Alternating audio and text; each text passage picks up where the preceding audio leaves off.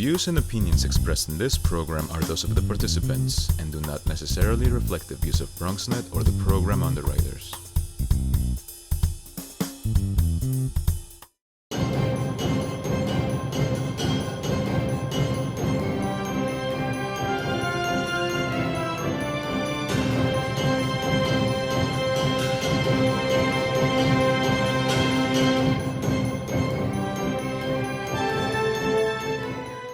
Let's start with Community Board 12, my favorite board.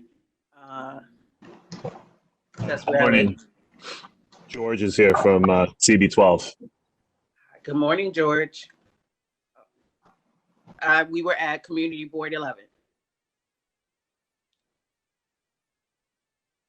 Okay, moving along, Community Board 10. I'm here, just having some video issues with my phone. Matt Cruz from Board 10, District Manager, and Joe Rubin, Chairperson, is also on. Okay, and now it's Community Board 10, Community Board 9. Good morning, everyone. Chair Andres Alonso, Assistant District Manager. You look so happy this morning. Look at that. You have the biggest smile. Community Board 8. Hi, good morning, everyone. This is Kira Gannon, District Manager. Sorry, my computer doesn't have a camera, so I can't turn it on. Okay, I hope you're smiling. I am. It's so good to see everyone. Good. Community Board 7. Hi, everyone. Emmanuel, Chairperson's on the line. Awesome. Good morning, Manuel. Community Board 6. Christine and I are here to represent Community Board 6. We're both interns. And my Wi-Fi is working. So. Okay. All right. Community Board 5. LaShawna Dotson, Community Coordinator for CB5. Dr. Ball is also on the line. Awesome. Thank you. Community Board 4. On this chair. Good morning. Elizabeth Gonzalez Rodriguez on behalf of Paul Phillips, our District Manager of CB4. Thank you. Community Board 3.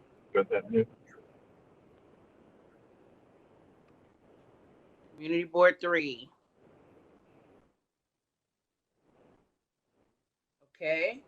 Community Board 2. Hi, good morning, everyone. Ross Acevedo here. And our chair is here also, Roberto Crespo. Good morning, everyone. Hi. And last but not least, Community Board 1.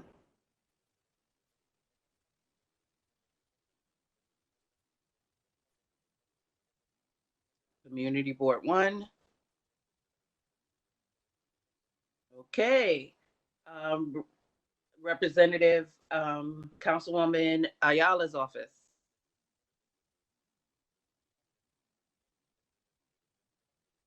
Councilman Cohen. Good morning. This is Fatumata Tankara from Councilmember Cohen's office. Good morning. Thank you for being here. Councilman King's office. Okay. Councilmember Jonai's office.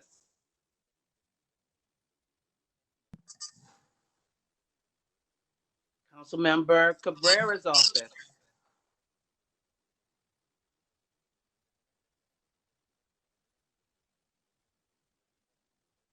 Councilman Torres' office.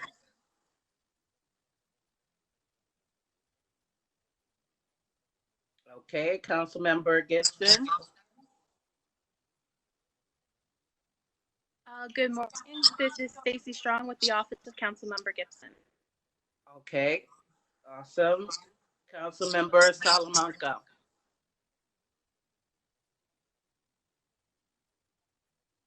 And lastly, Councilmember Diaz, Senior.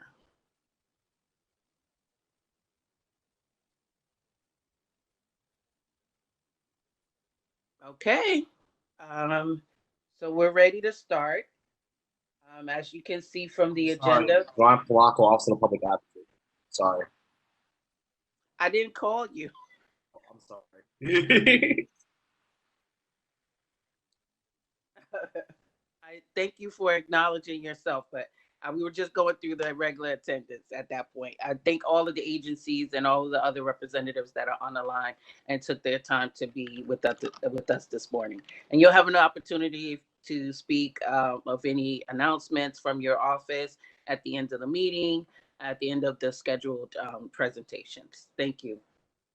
So we're going to start out with the Parks Department, and we're going to be discussing, obviously the changes of the seasons, how the Parks Department is preparing for the summer.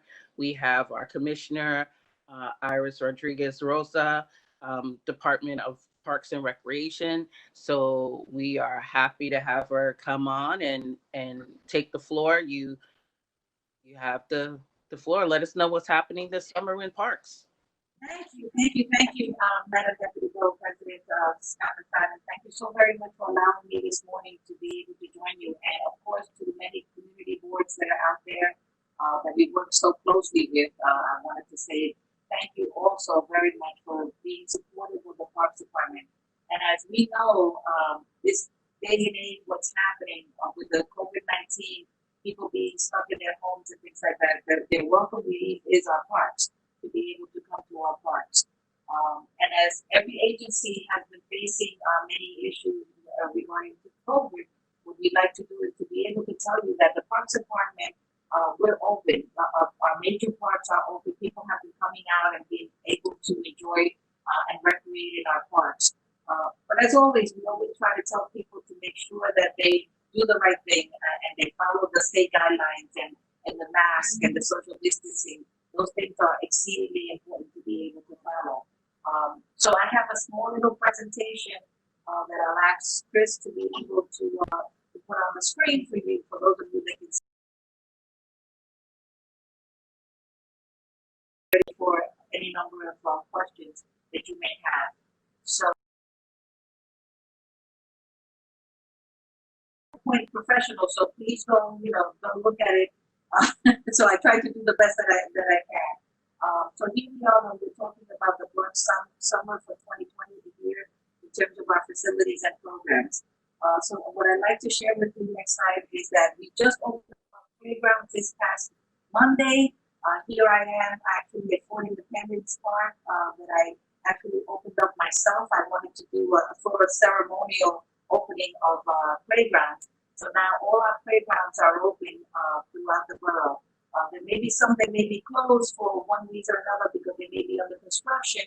But I would say that 95% of our playgrounds in the borough are now open as of Monday. The next slide, please. What I'd like to be able to show you is that these are the signs that we have at our playgrounds. We tell people to take this information seriously.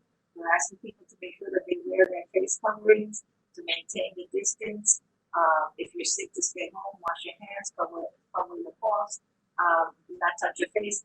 But I will additionally add that I tell people to take sanitizers in their hands and take any kind of sanitizing wipes. We don't know. Everyone is coming out to our playgrounds, or we don't know where they come from. So we try the best that we can to try to clean the playgrounds, but we cannot guarantee that we are sanitizing the playgrounds. We just don't have the resources to be able to do that.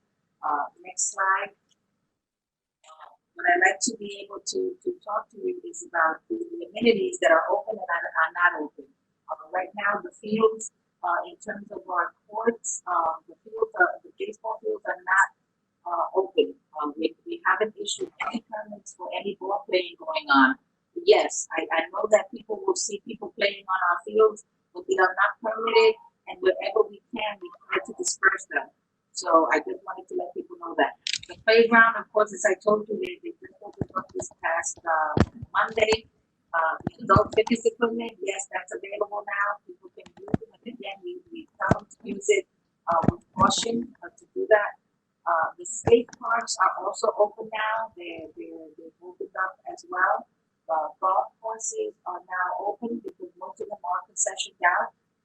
What's not open as of yet is the handball courts, the tennis courts, the bocce courts, the dog runs, the basketball courts, the barbecue areas, and the volleyball courts. Those are the ones that we have not received the go ahead to be able to open. So those are the ones that are still maintained closed. We hope that in the next phase, that these two shall open.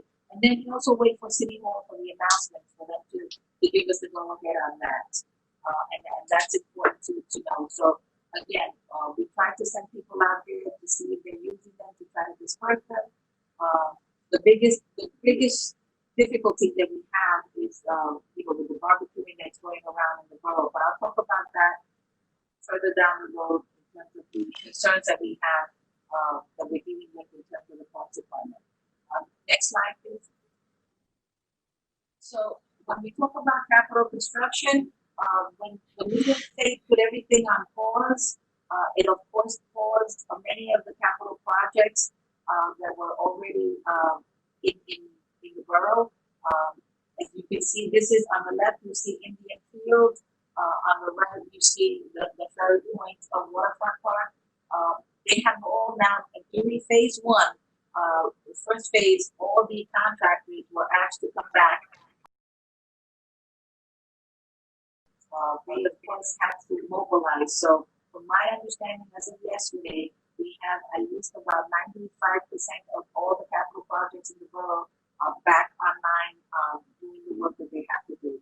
So of course it's going to be a little bit delayed in terms of very glad that we were able to get them to be mobilized. When it comes to the, now as we all know, some projects are in the procurement process, being bid out. That right now is still on a slow scale. We're still waiting to see what the city is doing in terms of processing many of these procurement projects that we have. So we hope that they will still be in the pipeline to keep on moving along. When it comes to design, we have some projects that are designed. Again, those projects are right now on pause for the moment. We're still waiting to see about being able to release and continuing the design of many of the projects that we have. What we don't know is what the future holds. Okay, all of us, I think all the community boards, I think the borough presidents and the elected officials and everyone is aware that we are waiting for the budget, just like everyone else, to see what's going to shake out, what's going to come about that. We are very hopeful. I can't tell you that we want to have all these capital projects that the community has been waiting for to be able to move on and to forge ahead. So we're looking forward to being able to do that. Next slide, please. One of the things that we're trying to do is that throughout the borough now, we just opened up as of yesterday. We officially opened up the spray showers. And we know we're having a very, very, very hot summer. So we're opening up the spray showers that are located in our playgrounds.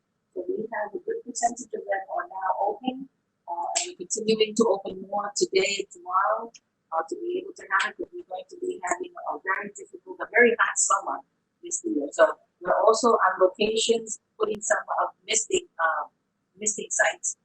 So I will be able to get a list of that to the community boards as soon as I can share with them. I'll share with you some of the locations that we have. We may not have spray showers, but we may have some misting locations. So I wanted to be able to share some of the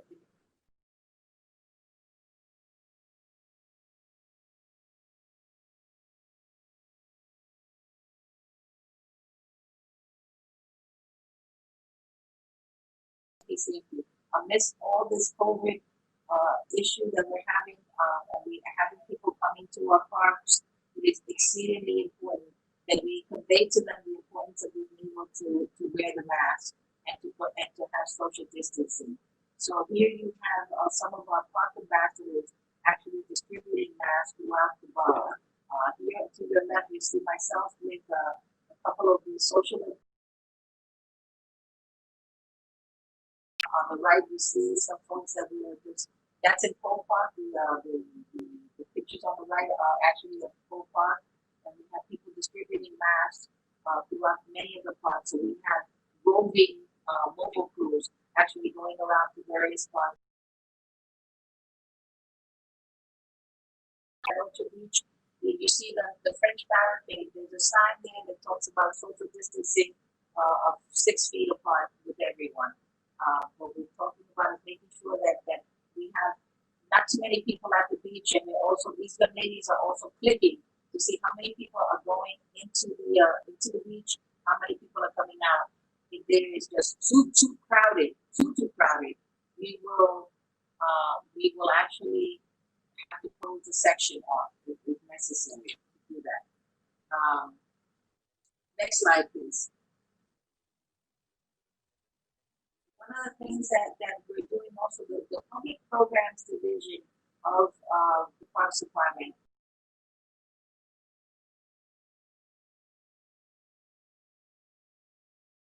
I'd like for you to do is I will share with you specifically where in the borough they're going to be. However, they're going to do activities that are of 10 people or less, 10 young people or 10 youth people or less. So they have created a plan to be able to provide some recreational opportunities throughout our parks throughout the summer that is socially acceptable in terms of distancing to make sure that it's safe. We are definitely proactive in all that we do to try to provide things for the community. We also have on our website, we've had a program by which people can participate in that's called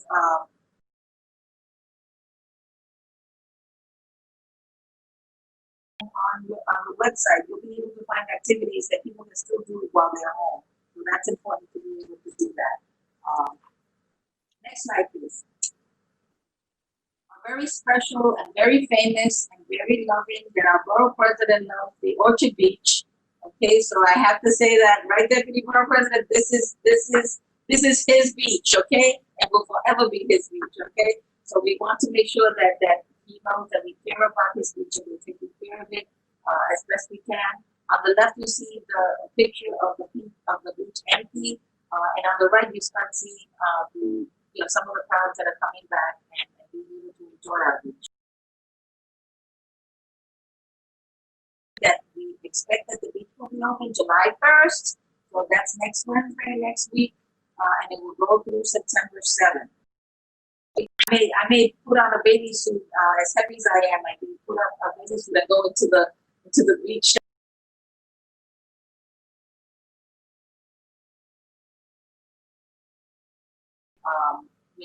To be part of it. So that's it. Hooray for that. Next slide, please. The other thing that we're trying to share with the community, which is absolutely wonderful, and I wanted to share it with you because it's now on the website. The Parks Department has entered into an agreement that the Tribeca Film Festival will be providing free drive-in movies. There's no fee for the movie. There's no fee for parking. This is going to start Thursday, July through the 12th, and then it will go on ending in August. So it'll be for about 4 weekends, consecutive weekends.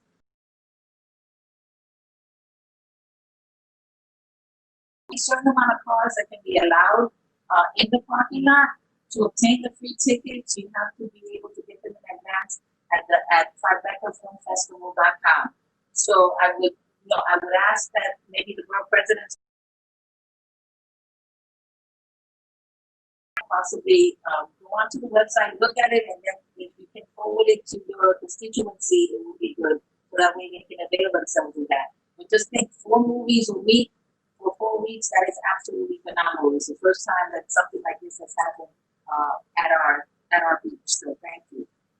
On a more somber note, next slide, please.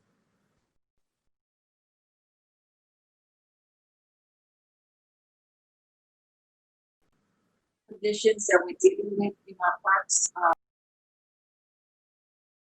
that I took myself when I was out there this past Saturday, having people not socially distancing, not at many occasions not wearing masks, barbecuing in areas, ruining our grass and we are sort of outnumbered in many respects. We try to address them before they even set up, and it becomes, it becomes so difficult.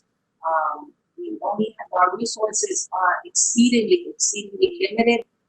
Unfortunately, we were not able to hire as many of the seasonal maintenance employees as we have because of the budget situation. And I know that it's difficult for everyone to hear, but I'm going to say it very honestly. This is going to be a very, very, very difficult summer. With the meager resources that we have to be able to try to address and clean our parks, I beg you all to please be patient with us. We are going to try to get to it as quickly as we can, but however, we're about 75% less of seasonal employees than we had in the past. So I can't emphasize that enough. Okay, so I just wanted to thank you all very much. And on my last slide, next slide, the last slide that I have, we were honoring our park employees who are out there in the heat, cleaning all kinds of messes and things like that. So on May 21st, 2020, we were able to light up various locations in Washington Square Park, the arch there. We did the steeplechase. The steeplechase at Coney Island, and we still have this here in our Renapo. This is your borough headquarters for the Parks Department. So we just wanted to be able to have you enjoy that. And again, I just want to thank everyone for your support. One of the last things is we do not stop business. As the Deputy Borough President knows, we have to keep on moving on with business and doing what we need to do to make this great borough the borough that it is. And we're starting to do budget consultations or the local budget consultations, as Parks Department always tries to be in the forefront of working with the community boards. And we wanted to make sure that we started doing the budget consultations with the community board. So we started the community board 4, and I believe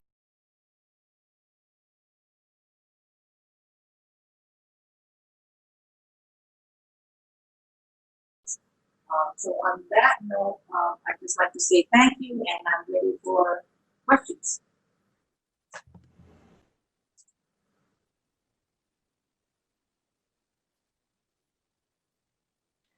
Thank you, Commissioner, for your presentation. I apologize for the pause there. I was a little distracted.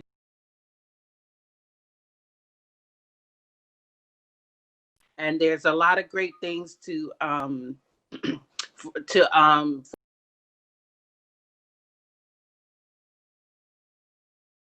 the kids. I see a lot of things I'm going to be interested in. We should play a bit of Where's Waldo. So if you find me on the, you get a prize. I don't know what that is, but I'm going to be there. So again, thank you for that presentation, and thank you as always for everything you do in terms of parks, because we know how important that is for our community.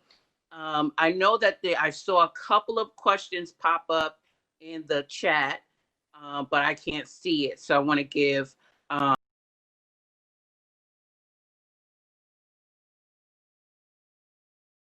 those questions first.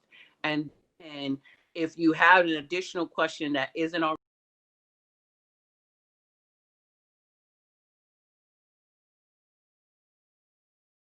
Chris? Yeah, all right. First I question. feel like you're my co-host. You're like the Ed McMahon for you're like my Ed McMahon. There you go. I'm showing my age. Sorry. That's okay. So George Torres in the chat asked, were the basketball rims returned to the basketball courts? That is not in this current phase. We hope that it will be in a future phase. But right now, the basketball rims are not put up this yet. Okay, so go ahead, Chris. Oh yeah, no, I was just going to go to the next question. Okay, so from Dr. Nancy Keck, who is our Director of Health and Human Services in the Borough President's Office, she had written, during phase 1, parks put up signs on Orchard Beach which state, no chairs on the boardwalk or paved paths. Will these be taken down?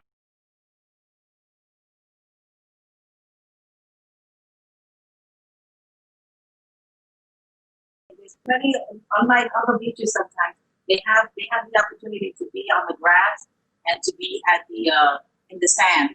So we asked for not to, we want to continue, we want to make sure that the promenade is clear. We have some benches on the promenade, but we also have areas in the grass area in the park, and we also have the beach itself that has areas. So we're trying to maintain, the proper distancing wherever we can.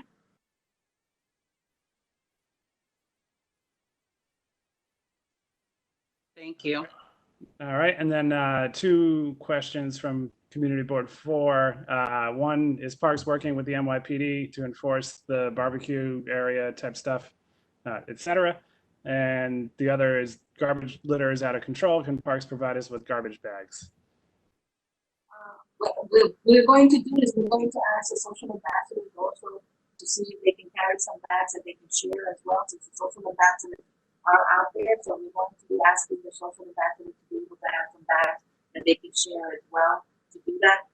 We do work with NYPD dispatch thing as well, but we work with NYPD wherever we can. There are certain locations that have much more difficult conditions than others, and we're working with them. So I have a weekly call with just about all of them, and we are working together. I happen to have been with the 41st precinct on Saturday at Rainy Park. I'm constantly talking to the 50th precinct, the 47th. So we're constantly working on being able to address some of the situations and conditions that exist out there. But again, in many cases we're outnumbered, and by the time we get to a location, we've already set up, and we don't want to create. Sometimes if we try to break them down after they started, it becomes much more difficult. People are gathering, so it becomes a difficult situation to handle. But we are working with them. So thank you. All right, that's all the questions in the chat. At the moment, I don't see any hands raised in WebEx, Deputy.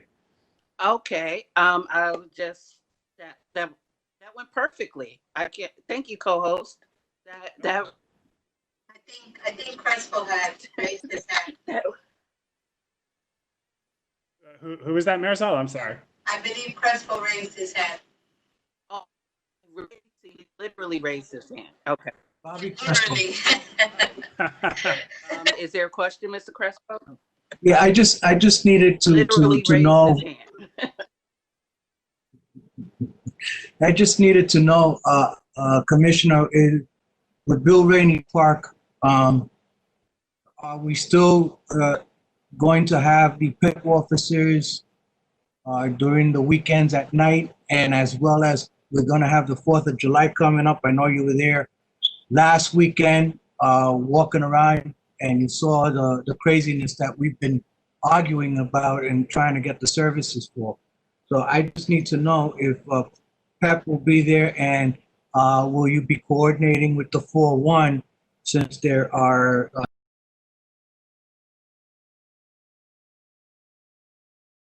Mr. Crespo, absolutely. We're going to be having a park enforcement there on the weekends and starting early in the afternoon, to make sure that they don't set up going through the evening, absolutely. And we're working with the 41st precinct.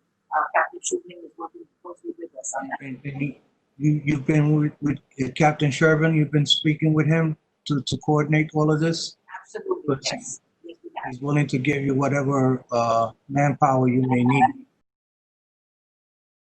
Absolutely. He's having his uniform officers work with our PEP enforcement to make sure that at least they're safe too, because they get accosted too. So yes, they're working closely. Thank you.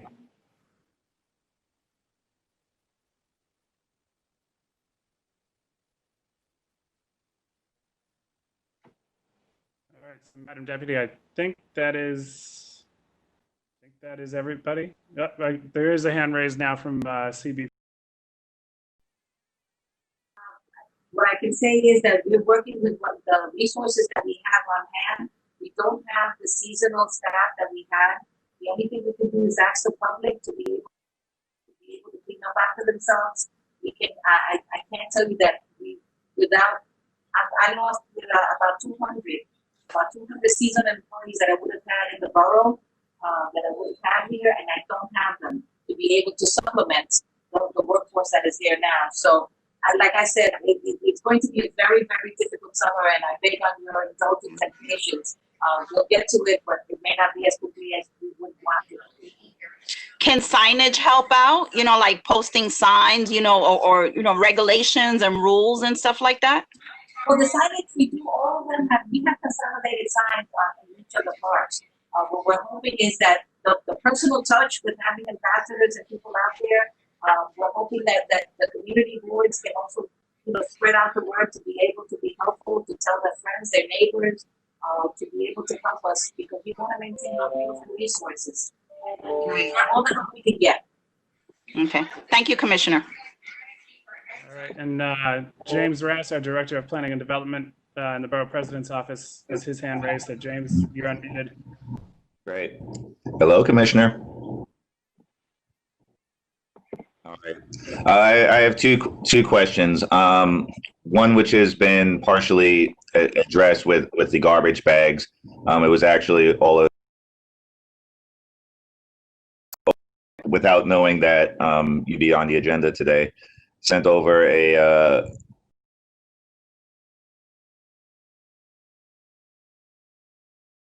because at least half of the park was dirt, no grass, and just had a question generally about the, you know, the concerns or just how maintenance has been going during this pandemic. I know many city employees have been sick on and off, and there's been a lot of people overwhelming parks either for protests or just basic usage, just because of the need to get out and utilize parks to keep relatively sane. So I just wanted to get a sense about that. And the second question is, I'm part of the regional control room for New York City, and one thing that has been discussed as part of the reopening from an economic development standpoint for restaurants was the potential use of park space in coordination with DOT and restaurants to potentially utilize the park's property to help accommodate any type of seating in a coordinated fashion. So I just wanted to, I haven't gotten a clear response on that, so I wanted to hear from itself to see if those conversations have been had. Thank you. So the first one is in terms of the maintenance, as I mentioned, you know, it's going to be a very difficult summer, and we are very conscious of the fact that, you know, our parks are, you know, they utilized, and there's a lot of debris. And like you mentioned, I did mention that we're trying to, with the social ambassadors, be able to give out bags and do that. I think I'm going to also have the park enforcement be able to carry a box with them as well. I think I'm going to additionally now thinking about that. Whatever resources that I have with people that can be able to give out bags to people that are congregating, it would be great to do. We're going to take a survey as to how many cans to make sure that we have enough cans out there. The one thing that we have also a problem with, it's been increasing, is the illegal dumping. We have household debris actually coming into our parks. I couldn't believe it. I said sanitation does understand why people are bringing their household debris across the street to our parks. It's just unbelievable. But we're doing all that we can with our resources to try to limit that. On the second question, which is about being able to utilize our parks, I know that Harry Goodman, for example, on 161st Street, he sometimes brings out tables and chairs and has put it out, and I believe he's still want to be able to do some outdoor, you know, food type of thing where people can sit and eat. I have not heard yet, but it's a wonderful idea. I have not heard yet about that idea about being able to utilize our parks in terms of the open air food. So yes, I think it's great. I haven't heard that yet, but look forward to hearing more. Okay, thank you for that update. I know DOT's in charge of doing a lot of that coordination, but every time I had asked during the call, it's like we're still working on that. We'll get back to you. So thank you for clarifying where things are. Thank you, James. Thank you very much. Good to see you.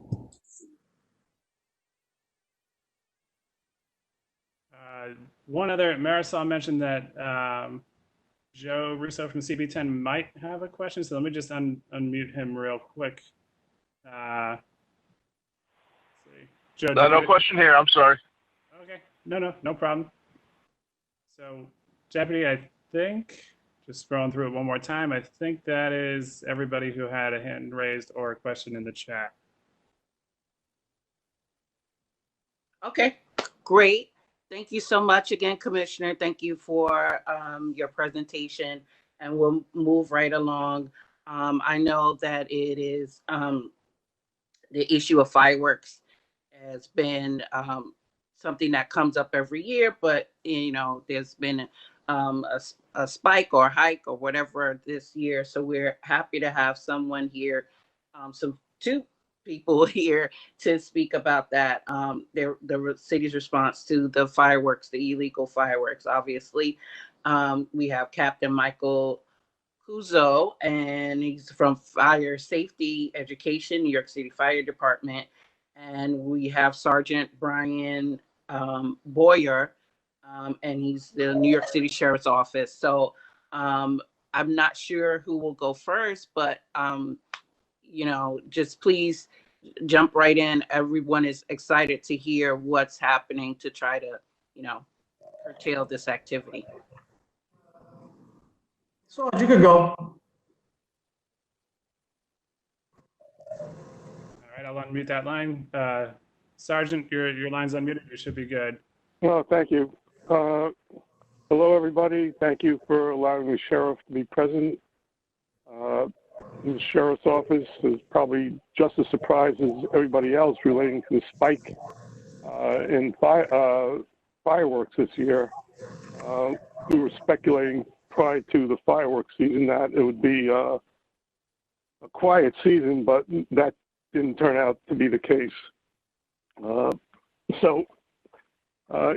In the context of the New York City Sheriff's Office, everybody has to remember that, Sheriff Aceto likes to compare us to being the Marines versus the Army. Like NYPD would be the Army. We're more specialized. We have 170 officers that are working citywide, and we devoted our entire Bureau of Criminal Investigation to assist in removing the illegal fireworks from the city. Now we're working in conjunction with the NYPD, and without really disclosing the specifics of our operational plan, to date, we've had 30 arrests. If anybody saw the post today, there was a picture of the fireworks that we seized yesterday, which was estimated to be $75,000 to $100,000 worth of fireworks. NYPD also had 12 arrests yesterday. Additionally, they seized 2 assault rifles, 1 handgun. In the sheriff's seizures, one of the vehicles that was the subject of the illegal firearms distribution had 3 alligator claws.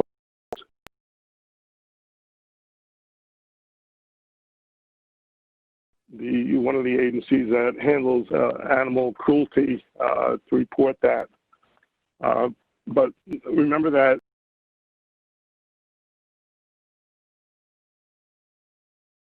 financial crime, what we've been doing is at the street level, we've been using our sources to identify various persons that have been distributing fireworks.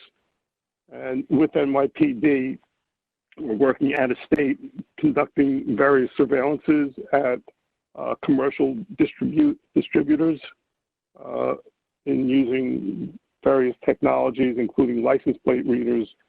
We're targeting those vehicles coming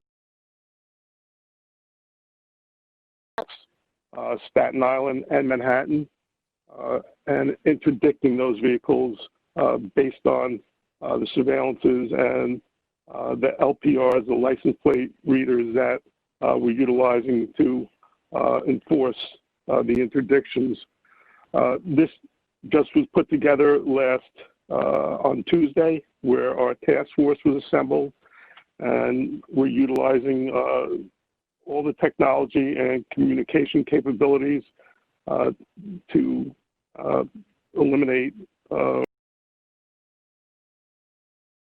scourge, the fireworks scourge that's hitting our city now.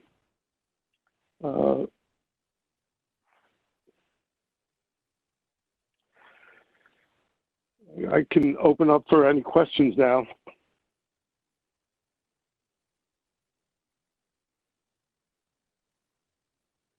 All right, Deputy. Do we have any questions on the chat, Chris? And then we'll go ahead and do the raise your hand function. So whatever's on the chat comes first, and then while that's happening, anyone who has an additional question or has a question right now, please use the function in the participants list. You're going to raise your hand, not literally, but on the phone. You will press *9 to raise your hand. Okay. And if you think you need to raise your hand, then just keep it up until you are until we see you and acknowledge you. We apologize, but please do that. All right, so George Torres has his hand raised. So George, go ahead. Thank you, Chris. Good morning, everyone. So you spoke a little bit about the online surveillance, Sheriff, and I was curious because Groupon, for example, had a fireworks special for $40 that they were advertising on their website. I forwarded that to the Department of Consumer Affairs, unaware that you guys might even have a hand in dealing with it. They've since amended their Groupon to suggest that you can only get this Groupon now through a store. But the Groupon, if you look at it, is from Milwaukee, Wisconsin. So I don't know how feasible it is for New Yorkers, and they advertise this in New York. What is the policy? I mean, the closest state that I'm aware of that we can pick up fireworks is Pennsylvania. What's the policy on online sales to our, municipality or to the tri-state area? We're unaware of that policy, if any, as far as online sales. But I noted the question, and I'm going to pose that to our sheriff to see what, if anything, we can do about online sales coming into New York City. And I'm also going to check with Postal Service too, the postal inspectors. Okay, so I guess you wouldn't be aware that it's not illegal to sell or advertise in New York City firework promotions. I mean, whether it's illegal or not, the question for me is, can fireworks be shipped into New York City?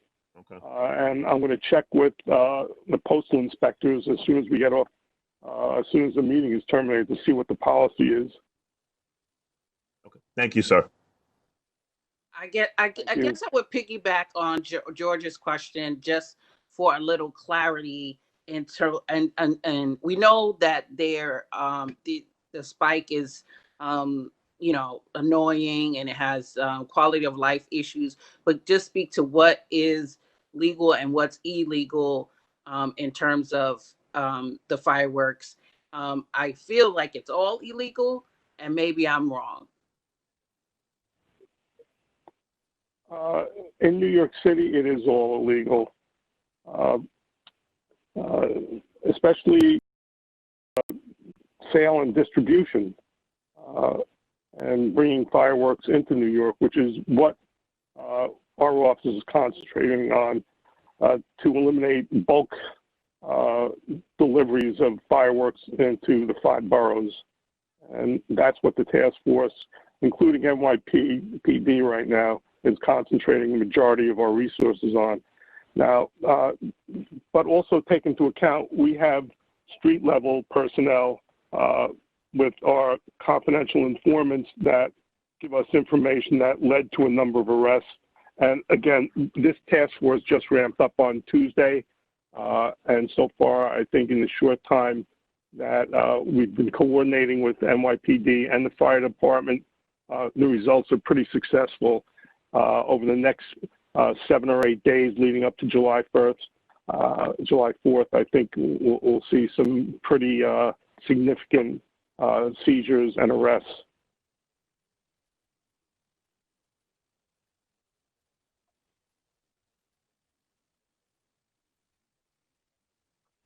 questions on the chat?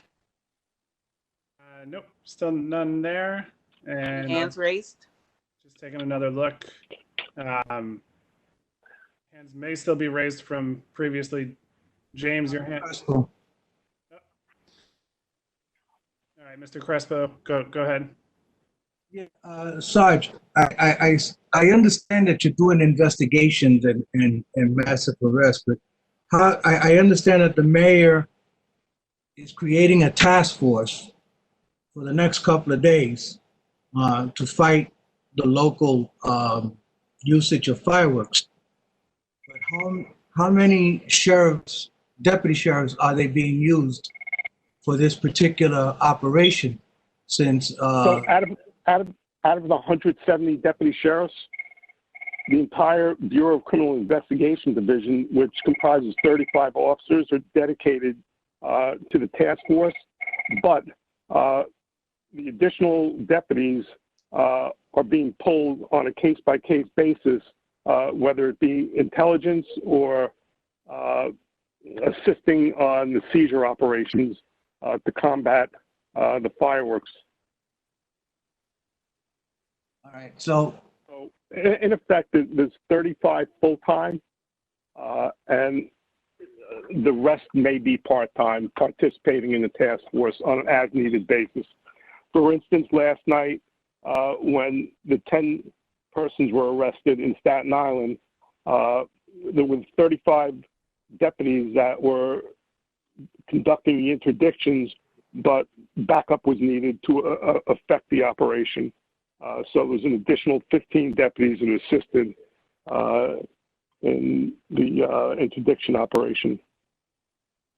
So you're technically you're not operating together with the police department. You're separate from the 40-man task force. Well, in that respect, yes, but in terms of how we're allocating the specific geographical areas, we've coordinated with the police department so that we're not stepping on each other's toes. We know where they're concentrating their investigations, and they know where we're working. So, in effect, we're working as a team. All right, thank you. You're welcome. Okay, any other questions? Hands raised. Marisol, did you have a question? I saw you might.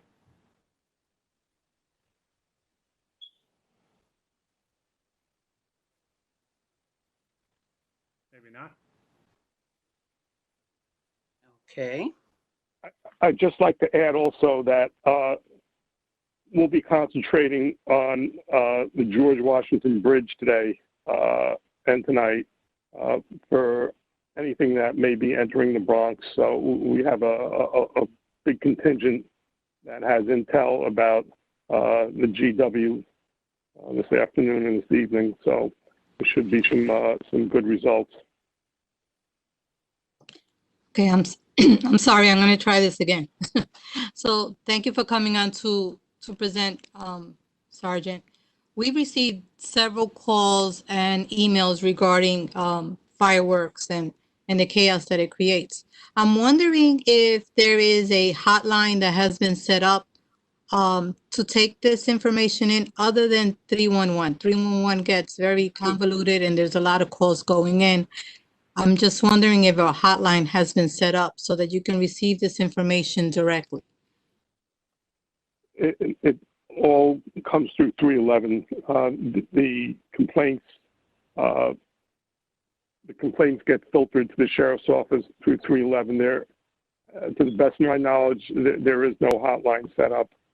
I will ask the sheriff, though, if he can set up one specifically to our operations center, and I'll get back to you with that information. That would be most helpful. And then at some point, we'll get the list of locations that we received from our office so that they can either assist in your operation or some action can be taken from the task force itself. I appreciate it. Thank you very much. You're welcome.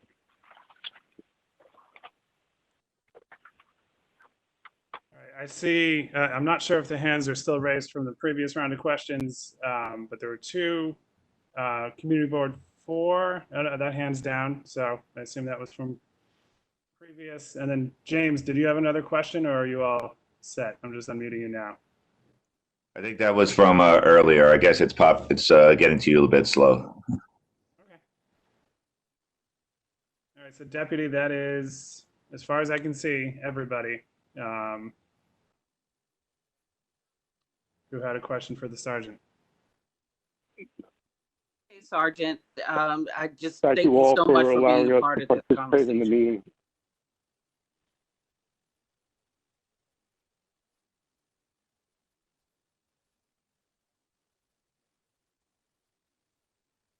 All right, so Mr. Kozo, Okay.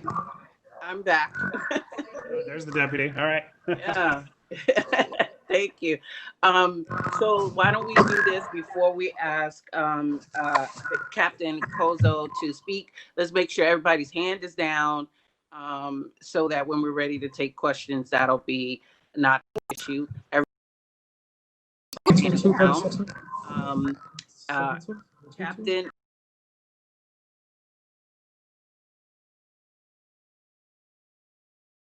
Perspective of safety.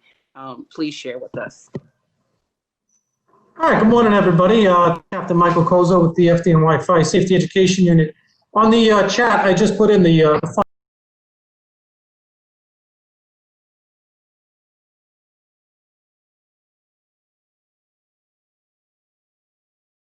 number when we go out, just to give you a brief background on what's going to be happening as far as the public safety campaign is concerned. My unit is going to be sending members out to the 5 boroughs for the next week, disseminating literature in regards to the dangers of fireworks, and we're going to be sharing this hotline number with fire safety information. So we'll be out in all 5 boroughs from 4 to 8 p.m. Every day for the next week. And that's our involvement in this task force. Just to give everybody a brief background and a little intro as far as the actual dangers of fireworks, just so we know, I really don't think people understand the extent of injuries and the dangers of fireworks, to be honest. They're talking about approximately 10,000 people a year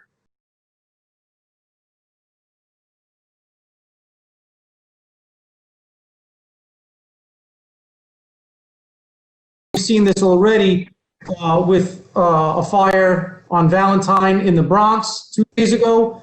We just had a firework go through a 3-year-old's window in the Bronx as well last night. And with that being said, they say almost half of the injuries from fireworks are from children, are due to children, are from children 14 and under. And that's who's sustaining a lot of these injuries. And the bystanders, honestly, are sustaining a lot of injuries. It's not always the person lighting the firework, but it's the people that are standing around watching them that are getting hurt, just like this poor child who's sitting in his window and the firework goes through his window. So that is something that we want to keep in mind. Also, we will be obviously letting everybody know and reiterating the fact that fireworks are illegal in New York City.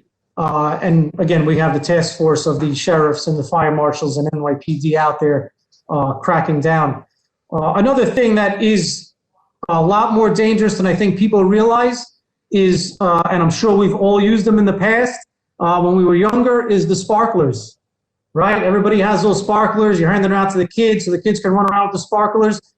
Just for everybody's information, a sparkler, the ones that we used to run around with as children, holding them in our hands, can get as hot as 1,800 degrees. That's hot enough to melt gold, just so you know. Those things get extremely hot. So we really don't recommend giving these sparklers to children to run around with. They really are not safe. I know it's not the same thing. I know it's not a great replacement, but we do recommend using glow sticks or something like that.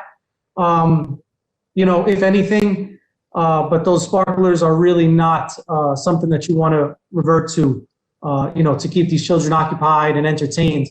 A lot of the injuries basically, and obvious, are to people's hands, their face, fingers. I mean, these are where you're seeing a lot of your injuries. So again, we'll be out there reiterating all of these facts and dangers in relation to fireworks.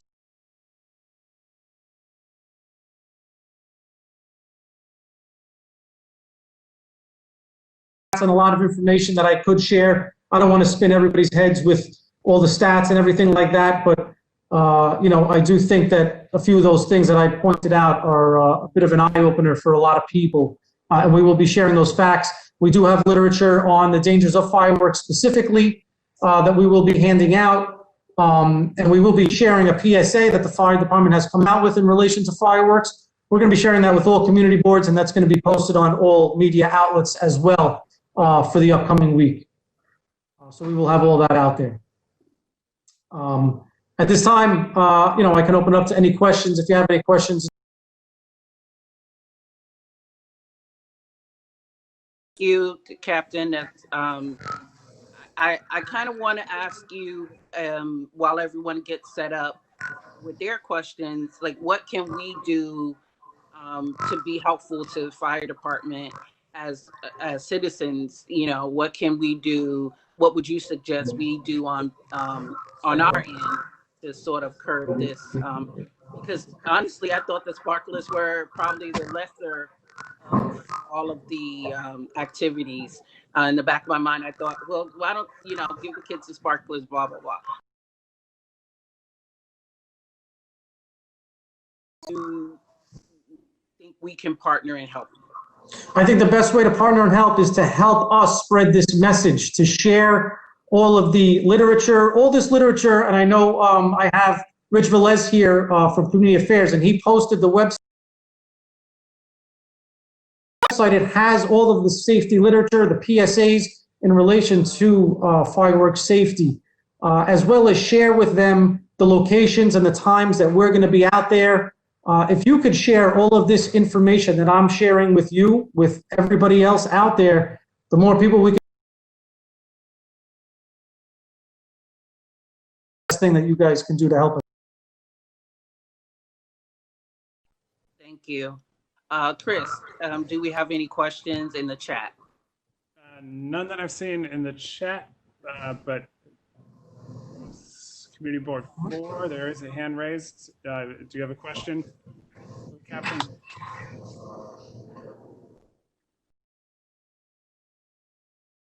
I'm going to unmute you.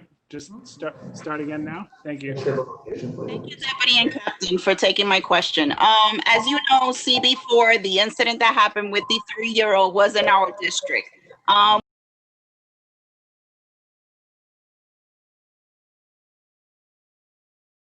Constituents, all regarding fireworks.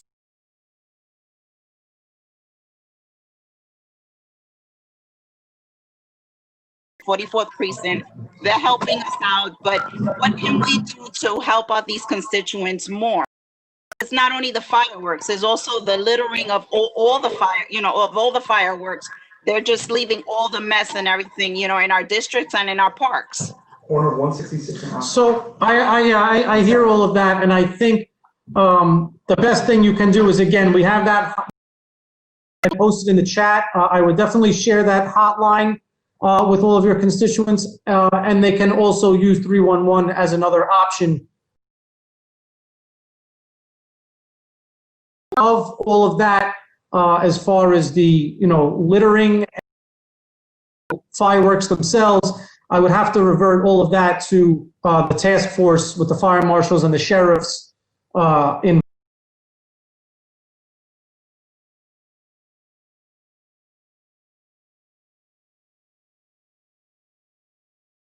Better speak on that. And also, in terms of the literature, I mean, we work very closely with Richard Velez. He does come to our meetings and stuff. He's been at our office. Thank you for that. But in terms of literature, would you be able to send everything by email as well, being that we're working remotely from home? So then that way we can just, once the constituent shoots us complaints, we can always, give this back to them as well. Yes, everything will be sent via email. And if you want to share the link as well, all the literature there is available to be downloaded in multiple languages, probably over about 60 languages. So that should definitely help as well. Okay, thank you so much. We're also going to have a table in your district on Saturday on Ogden Ave. Ogden Avenue, okay. And 166, yeah. From what time to what time on Saturday? From 4 to 8 p.m. From 4 to 8 p.m. Got it. We're going to share the schedule. Once we have the completed schedule, we're going to share that later today. Okay, thank you so much. You're welcome.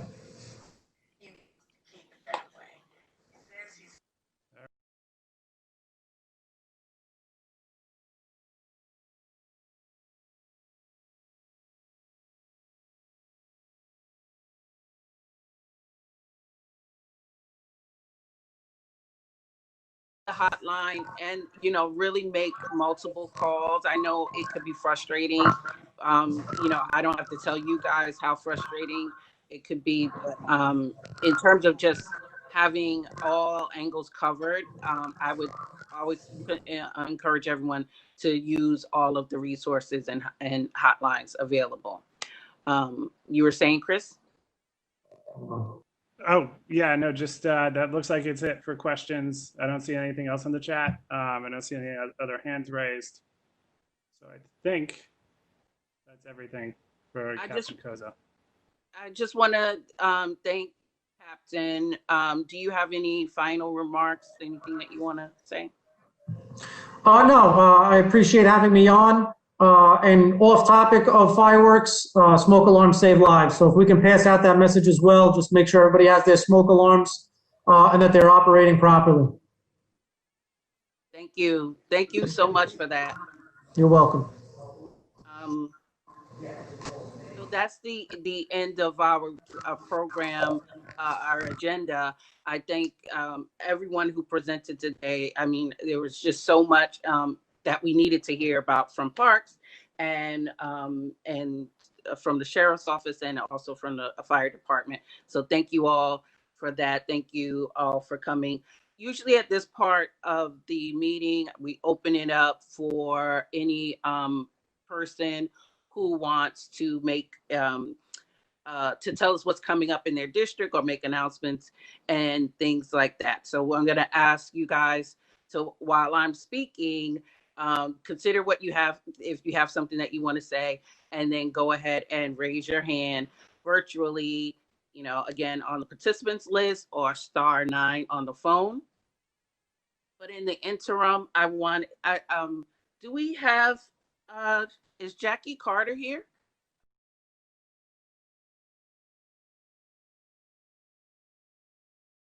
Hello, friend to the Bronx. I really. Hello. How are you? I'm well. How am I? How are you? Super excited. And I'm almost emotional. I said almost. Okay. I said almost because I'm very, very excited for you in your new capacity. And I want to say congratulations to you for putting in the work, giving 30 years to retirement. And so I'm, like I said, I'm always saying, friend to the Bronx, Jackie Carter. And, some might think that's a little funny, but it's actually from the heart. And I believe that to be very, very true. Jackie has given her time. She is a true friend to the Bronx. She has an understanding of the Bronx that only comes from the heart. It's the type of understanding that can only come from really, really feeling and hearing the passions of Bronxites over those 30 years. And we thank you so much for your service. We know that your replacement will have large shoes to fill. We promised to give him a chance, but they should know that we are very, very fond of you and wish you all the luck in your retirement. Congratulations. Thank you so much. Charvy is an amazing person. Please don't worry about my shoes because Charvy knows that I will always have his back. As I said in my emails, I know that you're going to give him the respect and the patience and the kindness that you gave me. And as soon as all of this is over, I promise I'm going to visit each one of you personally. Because you all owe me hugs and kisses and tea and food. So thank you so much. And it has been a pleasure just serving you in a borough that I live and I love. So thank you so much. Thank you again. Thank you, Jackie. And let this be a lesson to everybody on the call that you should retire when you're young and spry, like Jackie. Get those 30 in, start at 8 years old at the MCA, and go ahead and get that 30 in and just retire on it. Thank you again. Thank you again. All right. Congratulations, Jackie, again. Thank you. And this is Charvy, just so everyone can put a name with a face. This is a Jackie moment, not a Charvy moment. So I just wanted to say hello. Thank you, Charvy. But that's very Bronx of you. That's it. I have my Somo shirt too for this meeting. All right, all right. You got a good start. He started out on the right foot. So that was my part of the announcements. I think all of you knew of Jackie's retirement, but I wanted to certainly highlight her today. Is there anyone else that needs to make an announcement or have a comment? Chris? Couple. And if I could just throw in a quick congrats for Jackie too. I think within the first month of working in government in the Bronx, I called Jackie having no clue what I was doing as a 21-year-old trying to help a constituent. And, you know, we've known each other since I didn't know she was retiring until right now. So congrats to Jackie. In terms of hands raised, I see Navarro Lopez, Bronx DOT Commissioner, has his hand raised. So Navarro, I'll unmute you now. You are another friend to the Bronx, but don't tell us you're retiring today. I can't handle it emotionally. No, I'm a long ways away from that day. But congratulations, Jackie. You know, we at DOT are going to miss you greatly. We appreciate all the hard work you did throughout the years. Like Chris, I remember the first time I gave you a call as a young staffer in Councilmember Vaca's office a long time ago, not really knowing what I was doing either, but you were always extremely helpful and generous, and always a pleasure to work with. So thank you very much. I wanted to quickly talk a little bit about some of the initiatives that DOT is going to be doing as part of the reopening, and then I'm going to talk about a few items, and then I'm going to turn it over to Keith, who's going to sort of do a quick recap of the Open Restaurants program. Many of you joined us on our impromptu meeting last Friday afternoon to hear about the mayor's announcement about open streets and open restaurants. So I guess two things. One is that DOT has been moving to install a bus lane project on East 149th Street. We have met with community boards 4 and 7 and the elected officials, but we are doing this bus lane through most of the 149th corridor. We're going to have a dedicated offset bus lane, meaning that we are removing a lane of traffic and giving that to the bus. We are going to start installation for that dedicated bus lane later this month, or maybe the work may start in early July. But we hope to have it up and running by mid to late July. The hours of this bus lane are going to be 7 a.m. to 8 p.m., 7 days a week. And this will hopefully be a big benefit to all Bronxites, especially in the South Bronx. You know, as you know, COVID has really impacted essential workers. The 149th Street corridor is very important for essential workers in the Bronx and in the city. You know, Lincoln Hospital is there, and it's also a big connection into Manhattan. So that is something that is going to be online. Later tonight, we are going to be presenting to Bronx Community Board 1 to their full board meeting. We're going to have a more detailed presentation. We do have materials about the 149th Street on our website, but if anybody wants that emailed to them, please let me know. I will get that information to you right away. Also, all the community boards or who have open streets, my office has been reaching out to you, letting you know which are the streets that are going to be open streets. As you know, this is an attempt by the city to give New Yorkers a little bit more outdoor space, since a lot of our parks have been sort of overwhelmed by folks who want to, get fresh air, get some exercise, escape the confines of their homes. So the Open Streets program is sort of to take a little bit of pressure off our park space. As I've said before, anyone who has suggestions for additional streets in your districts, please send them to us right away so we can take a look at them. Also, starting on July 1st, DOT is going to restart its concrete work season for the year. Usually our concrete work starts in April. We do our safety improvement projects or islands or other concrete work.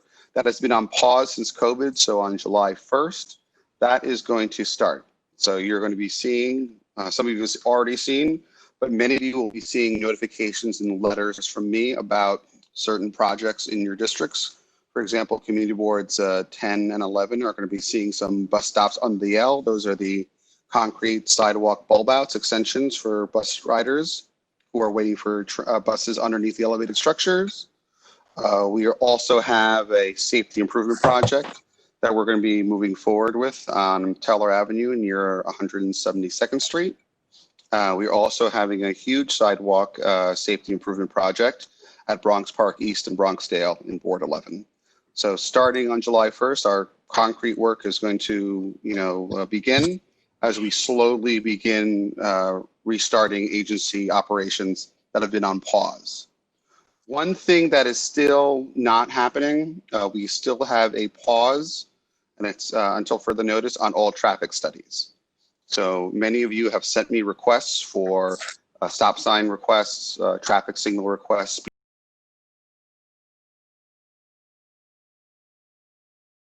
Restarted our traffic planning data collection.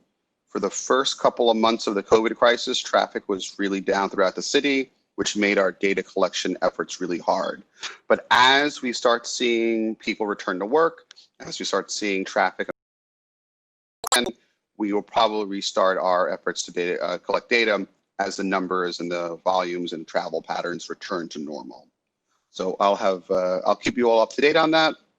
When our data collection restarts, I will let you all know. And all of you that have had submitted studies, they will begin at that moment. And also, we've also in the last month done some limited resurfacing. Many of you have seen the notices that my office has sent. We're going to continue doing so when July 1st happens, the new fiscal year happens. I'm still not clear whether if our proposed fiscal year 21 schedule is actually going to happen, or if we're still going to do resurfacing at a case-by-case basis. I will follow up with you on that as well.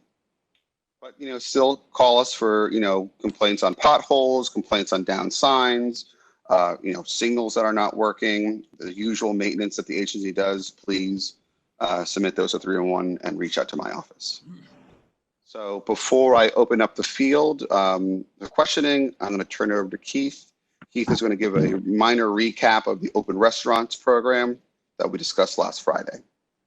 Good morning, everybody. Keith Gal, Bronx DOT. I'm sure by now everyone's heard about the open restaurants program that was set forth by the city. It's an effort to implement a citywide multi-phase program to expand outdoor seating options for food establishments, to promote open space, enhance social distancing, and to help them rebound in these difficult economic times. We sent out an email that had a link for businesses and an application process that showed citing criteria for the outdoor seating. Really an outline on how businesses could start moving forward on serving the public. That's about an overview of it. If anyone has questions, feel free to reach out to me. My email is KK alb@dot.nyc.gov. My cell is 347-539-1884. So if you wouldn't mind just go ahead and putting that. Sure. And then everyone can get that who get it, pull it off of there, and we will also share it. So any questions so thank you for that somewhat I guess impromptu update. I think it had a lot of information that we really needed. So is there anyone who has a question regarding the DOT update? I do see John Dudley's hand is up, so John, I'll unmute your line. The other hands that were up, I think, are other agencies. So yeah, John, go ahead. Hello, Navarro. How you doing, Keith? Thank you for the presentation, Navarro. My only issue, and I don't know quite yet whether it's going to be an issue. There were a couple of locations that were identified for open streets in Community Board number 3, one of which included Lewis 9 Boulevard between Jennings and Southern. We have a local community-based organization, WEDCO, in that area. I guess my only issue is I understand some of the criteria that govern the open streets program. I know it's 8 to 8. Cars can access that at 5 miles an hour. I mean, that information is on the website. My only issue is who actually is going to manage that.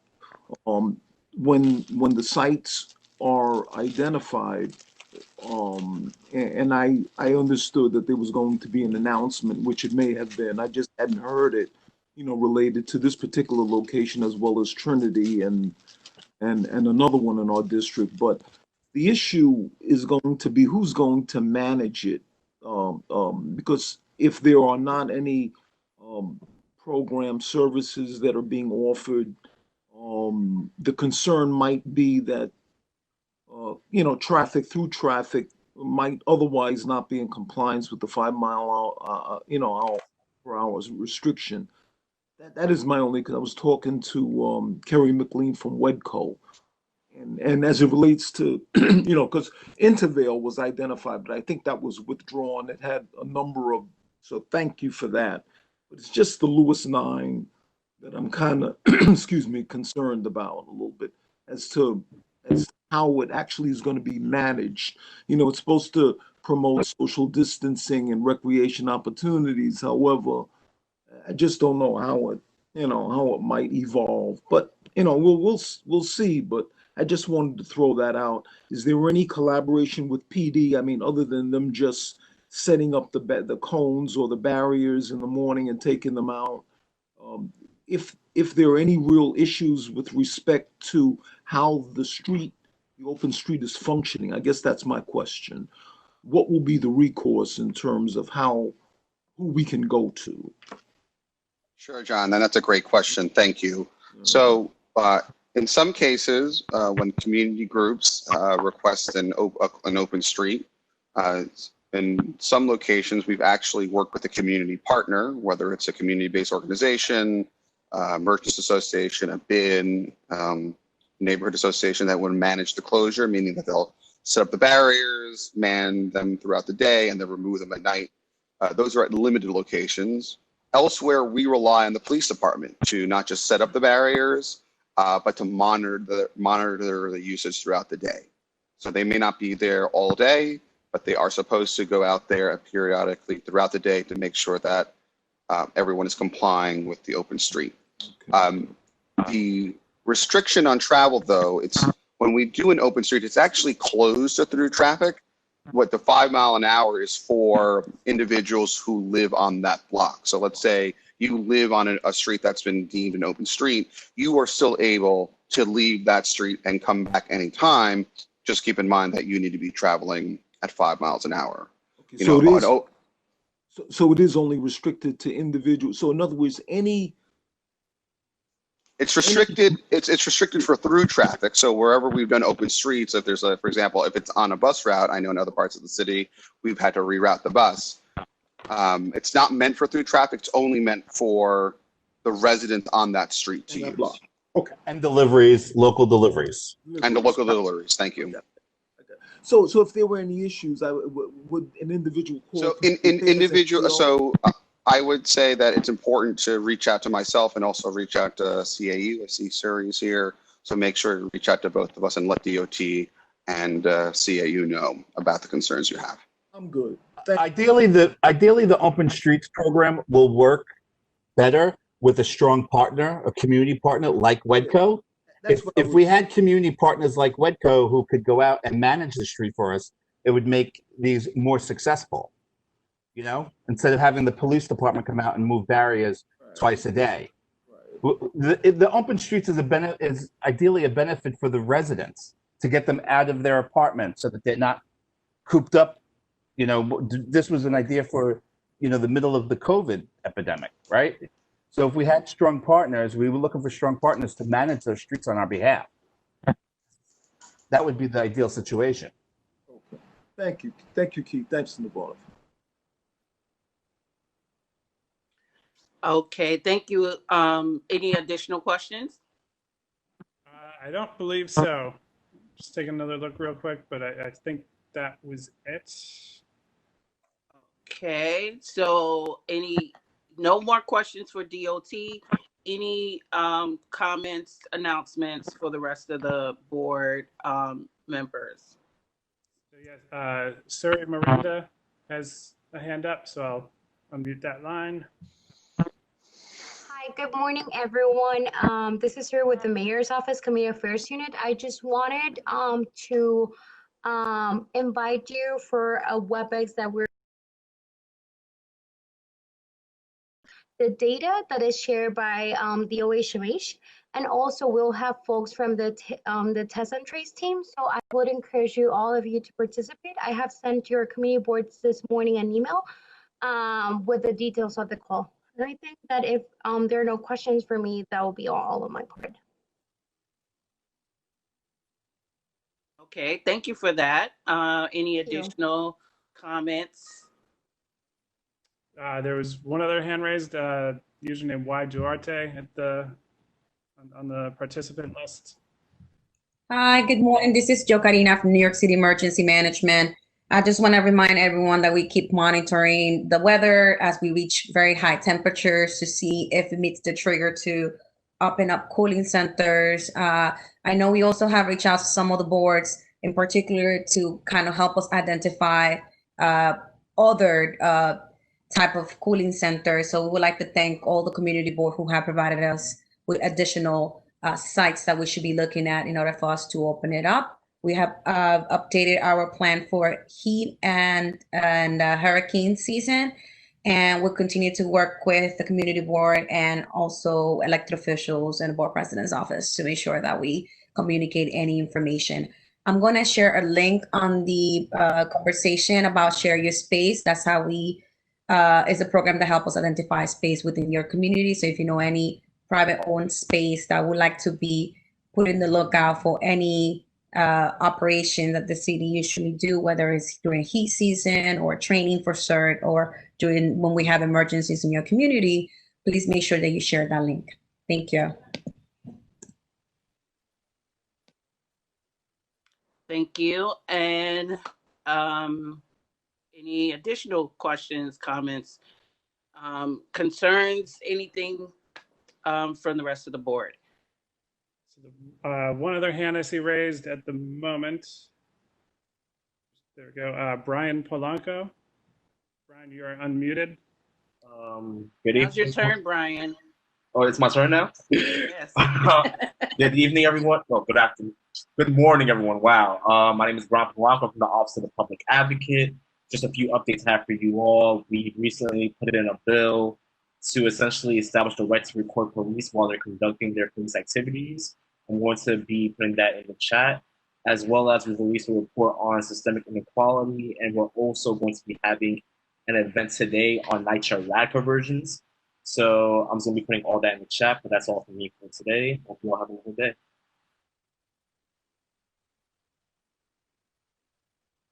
That's it, Brian? That's all I got. Thank you, thank you, and thank the public advocate as well. Again, any more hands raised? And another hand raised, Michael Sharp. Michael, you're unmuted. Go ahead. Good morning, all. From the Department of Finance, I just wanted to remind everyone that the Department of Finance website is a great resource for information. Since we were together last, many people have received property tax bills. There are a number of questions about programs like rent freeze. I just wanted to encourage you, if you go to our homepage, right there, the first page, you'll see a banner that has updates for COVID-19. It was updated about 2 weeks ago, the latest update. And I would think there are more updates to come. And under that, you'll see a list of questions that you can go to, a frequently asked questions section. But if it's taxes, parking, a number of things, you can find information there. We also encourage you to go to the website. If you're having a difficulty or a challenge paying property taxes that are due, and they are still due according to the way the bills are written, there are payment plans and a program called PT Aid, which can help relieve some of that burden. And I just encourage everyone to go to the website in order to find that information out. Lastly, when you go to the website as well, there's a section called Contact Us. And we are encouraging individuals to make use of the online portal for submitting questions and inquiries. Of course, 311 is available. We have actually beefed up the capacity of our department for answering property questions, but there are a lot of calls coming in. But with the Contact Us portal, you open an account, and that's your private portal to submit your questions. They're listed. You'll get a response back acknowledging the receipt of the inquiry. You can track the progress. You can upload documents.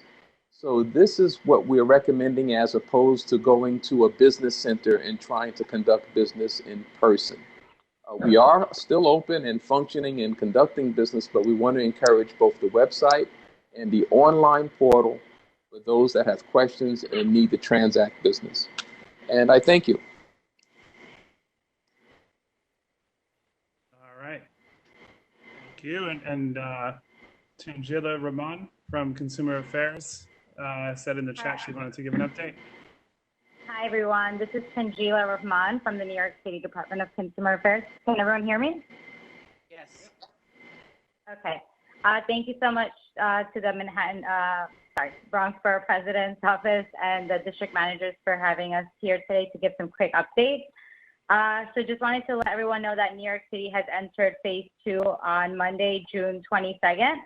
And there are certain industries that are, now allowed to resume, which includes offices, outdoor dining, in-store retail, real estate offices, commercial management.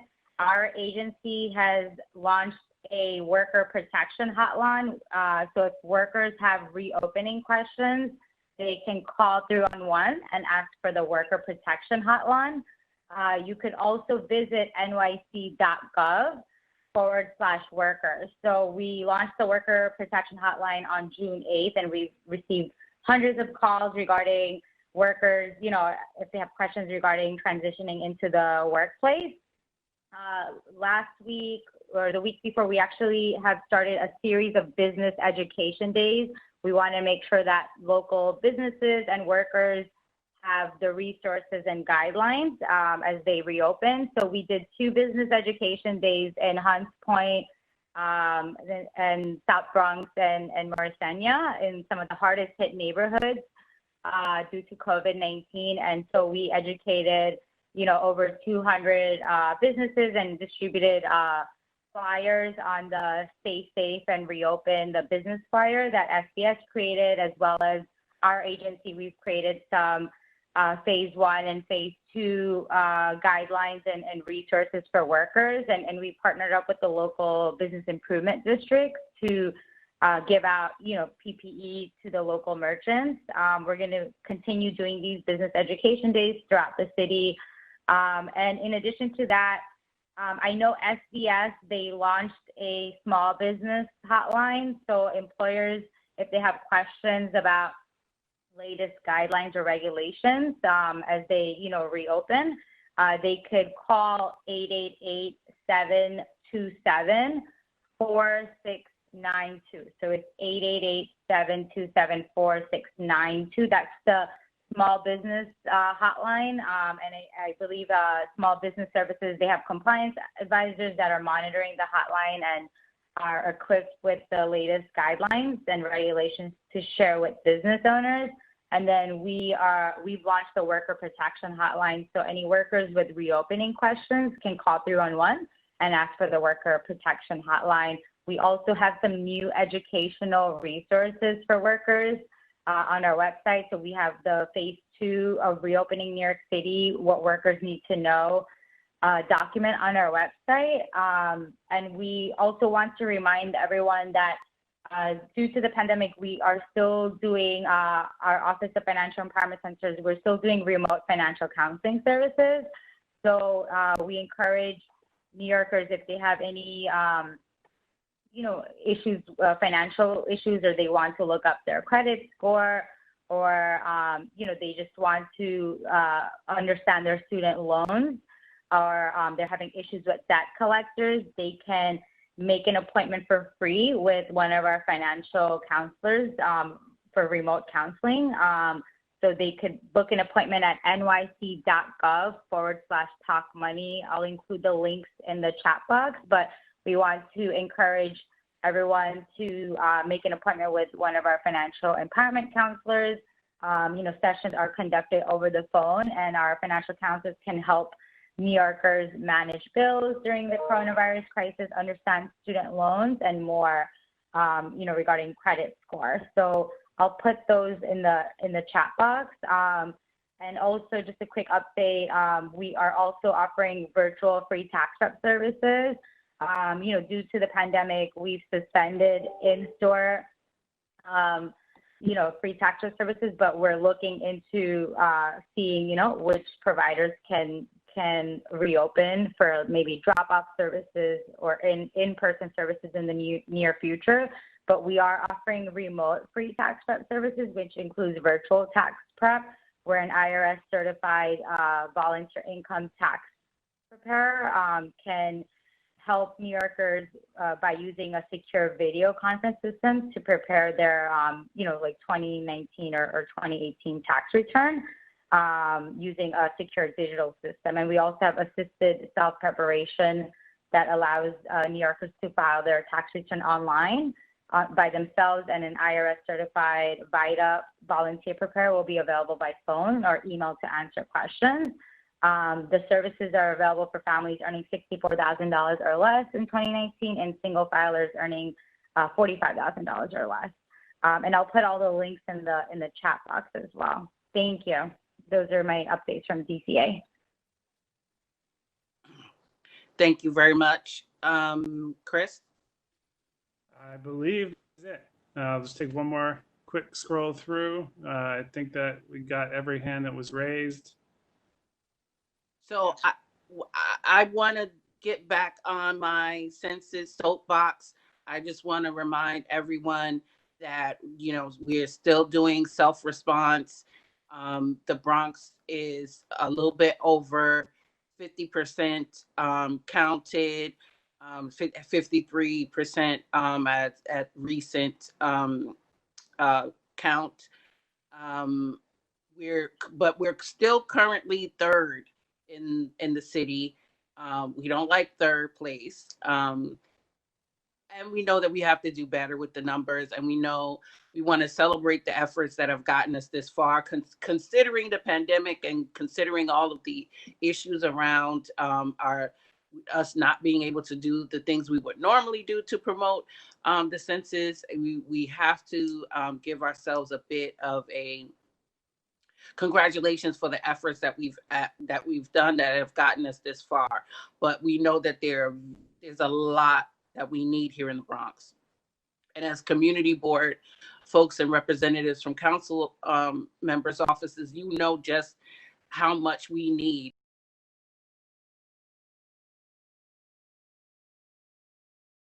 underserved as well. So the census is so important.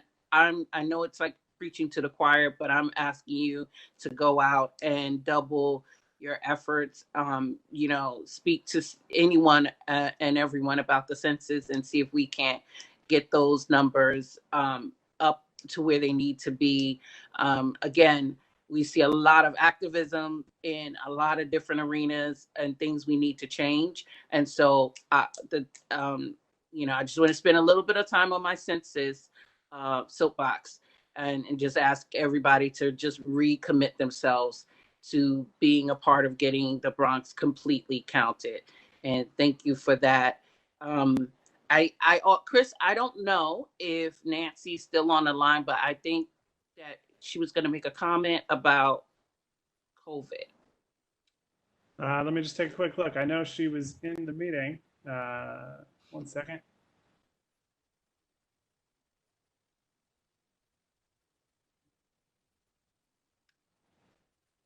Do not see her. I'll just do a search real quick to just make sure. Yeah, I don't think she's still in the meeting. Okay.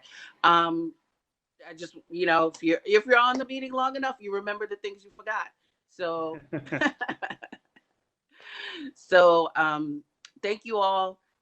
It's a tremendous presentation from everyone on. Thank you always, every month. I'm always grateful that you guys come and share and be a part of this meeting. And thank you. Have a great day.